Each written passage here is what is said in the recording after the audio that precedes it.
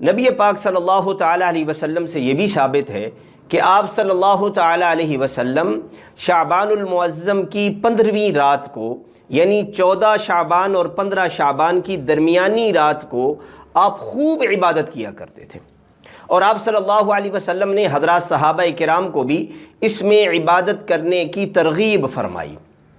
لیکن یہ عبادت آپ صلی اللہ علیہ وسلم تو یکم شعبان سے شروع فرما دیا کرتے تھے۔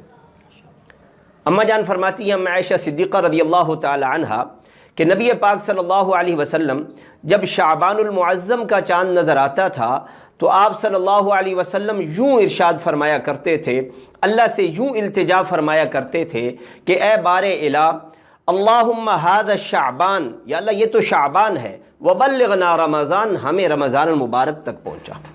یعنی شعبان المعظم رمضان المبارک کا ابتدائیہ ہے اور رمضان المبارک کی تیاری کا مہینہ ہے، اور آپ صلی اللہ علیہ وسلم نے 15 شعبان کے دن کو روزہ رکھنے کی ترغیب بھی اس لیے فرمائی ہے تاکہ ہم رمضان المبارک کے روزوں کے لیے تیار ہو جائیں۔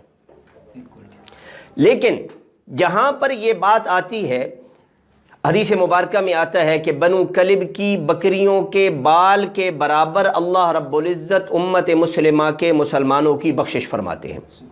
لیکن وہاں پر ایک بہت ہی اہمیت والی بات یہ ہے، بلکہ جتنے بھی مواقع ایسے آتے ہیں جن کے اندر مغفرت ہوتی ہے، چند لوگ حدیث مبارکہ میں ایسے گنوائے گئے ہیں کہ جن کی اس مبارک گھڑی میں اور اس جیسی اور مبارک گھڑیوں میں ان کی بخشش نہیں ہو پاتی۔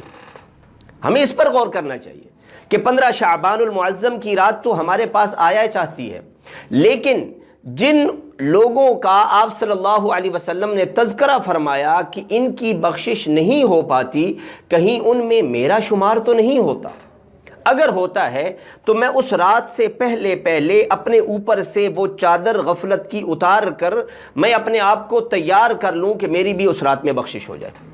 آپ صلی اللہ علیہ وسلم نے جن چند لوگوں کے بارے میں ارشاد فرمایا کہ ان کی بخشش نہیں ہوتی، ان میں سے ایک وہ ہے جو قطع تعلق کرتا ہے، قطع رحمی کرتا ہے، اپنے رشتہ داروں کے ساتھ تعلق کو توڑتا ہے۔ آپ صلی اللہ علیہ وسلم نے فرمایا اس کی بخشش نہیں ہوتی۔ دوسرا وہ شخص جو زنا کرتا ہے، آپ صلی اللہ علیہ وسلم نے فرمایا کہ زنا ایسا برا عمل ہے کہ یہ عمل کرنے والا اس مبارک رات میں اور اس جیسی جتنی گھڑیاں آتی ہیں پورے سال میں، ان کے اندر سب کی بخشش ہو جاتی ہے لیکن اس کی بخشش نہیں ہوتی۔ اور تیسرا شخص وہ ہے، آپ صلی اللہ علیہ وسلم نے ارشاد فرمایا جو آدمی شراب پیتا ہے، کہ شراب پیتا ہے، شراب اللہ رب العزت نے حرام فرمائی ہے، جو شراب پیتا ہے میرے آقا نے فرمایا صلی اللہ تعالی علیہ وسلم کہ اس کی بخشش اس مبارک رات میں بھی نہیں ہوتی۔ اور چوتھا شخص، یہ وہ چیز ہے جو ہمارے معاشرے کے اندر عام پائی جاتی ہے۔ آپ صلی اللہ علیہ وسلم نے روحی فداہ صلی اللہ علیہ وسلم، آپ نے ارشاد فرمایا ماں باپ کا نافرمان اس مبارک رات اور اس جیسی جتنی گھڑیاں پورے سال میں آتی ہیں ان میں اس نافرمان کی اور والدین کی گستاخی کرنے والے کی بھی بخشش کسی صورت نہیں ہوتی۔ یہ ایسا عمل ہے جو اس وقت ہمارے معاشرے میں عام ہے۔ نبی کریم صلی اللہ تعالیٰ علیہ وسلم کی ایک حدیث مبارکہ ہے، اس کے اندر اس حدیث مبارکہ کو یاد کیا جاتا ہے حدیث جبریل کے نام سے۔ تمام محدثین کے ہاں جو حدیث کا علم رکھتا ہے اس کو آپ اگر یوں کہیں گے کہ حدیث جبریل تو وہ یہ حدیث مبارکہ سنائے گا۔ لمبی حدیث ہے، اس میں ایک جگہ پہ جبرائیل امین سوال کرتے ہیں یا رسول اللہ صلی اللہ علیہ وسلم قیامت کے بارے میں ہمیں کچھ بتلا دیجئے۔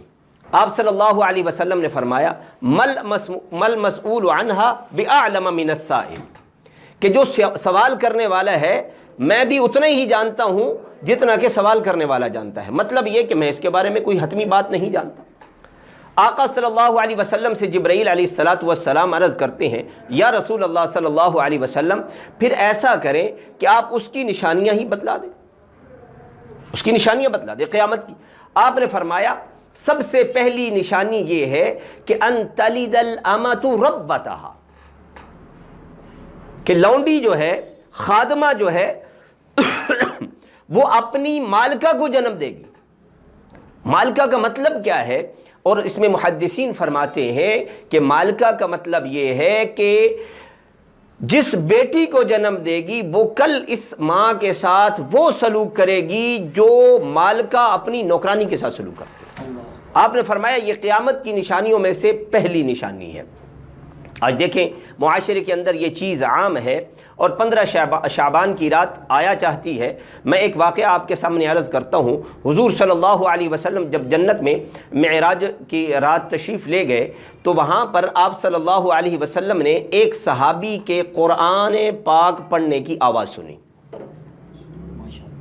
آپ نے پوچھا کہ جبریل یہ کون پڑھ رہا ہے؟ عرض کیا یا رسول اللہ صلی اللہ علیہ وسلم یہ آپ کا صحابی نعمان بن حارثہ ہے۔ حضور صلی اللہ تعالی علیہ وسلم نے جب واپسی ہوئی تو آپ نے نعمان بن حارثہ سے دریافت کیا کہ نعمان تیرا کون سا ایسا عمل ہے کہ جس وجہ سے تیری آواز جنت میں سنائی دیتی ہے؟ جبرائیل امین حاضر ہوئے اور عرض کیا یا رسول اللہ صلی اللہ علیہ وسلم نعمان بن حارثہ کی ماں کی خدمت کی وجہ سے اس کے قرآن پڑھنے کی آواز جنتی سنتے ہیں۔ اور وہ کیا خدمت کرتے تھے؟ حدیث مبارکہ میں آتا ہے نبی پاک صلی اللہ تعالیٰ علیہ وسلم نے جب دریافت کیا تو نعمان بن حارثہ کے متعلق معلوم ہوا کہ وہ اپنی والدہ کے کپڑے اپنے ہاتھ سے دھوتے ہیں۔ حالانکہ شادی شدہ تھے، بیوی موجود تھی، لیکن بیوی کو منع کیا کہ ماں میری ہے، خدمت میں نے کرنی ہے۔ آج یہ ہوتا ہے کہ ہم بیوی کے اول تو یہ ہے کہ بیوی پر زور ہی نہیں دیا جاتا، شادی کے بعد ہم الگ و تھلگ ہو جاتے ہیں، ماں باپ اپنی طرف اور ہم اپنی، ماں باپ کا خیال ہی نہیں۔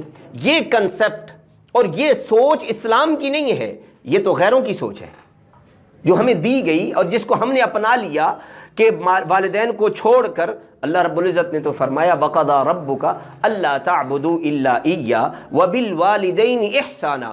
اپنی عبادت کے ساتھ اللہ رب العزت نے اگر کسی کو متعلق کیا ہے تو وہ والدین کو متعلق کیا۔ چنانچہ نعمان بن حارثہ کی عادت تھی کہ روزانہ اپنی ماں کے کپڑے خود دھونا، اپنی ماں کے سر کو خود دھویا کرتے تھے، اور پھر اپنی ماں کی کنگھی خود کرتے تھے، تیل خود لگاتے تھے، جوئیں خود نکالتے تھے۔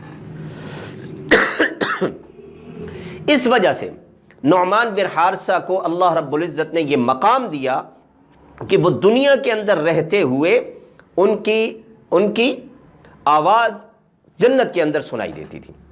تو یہ صورتحال ہے کہ اگر ہم یہ چاہتے ہیں کہ آخرت کے اندر ہمیں مقام ملے اور جنت ہمارا مقدر ٹھہرے اور جنت کے اندر ہمیں اللہ رب العزت ہمیشہ کے لیے سرور والی زندگی عطا کرے، تو ہمیں چاہیے ہوگا کہ ہم اپنے والدین کی فرما برداری کریں۔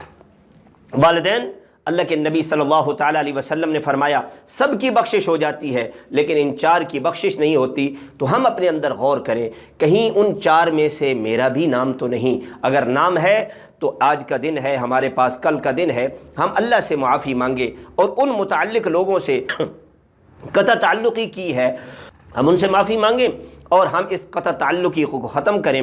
والدین کی نافرمانی ہے تو اس سے معافی مانگیں، ان سے معافی مانگ کے ہم اس عمل کو ختم کریں تاکہ اس مبارک رات میں جہاں پر سارے مسلمانوں کی بخشش ہوگی وہاں پر میری بھی بخشش ہوگی۔ اللہ رب العزت ہم سب کو سارے دین پر سنت نبی صلی اللہ تعالی علیہ وسلم کے مطابق عمل کی توفیق نصیب فرمائے۔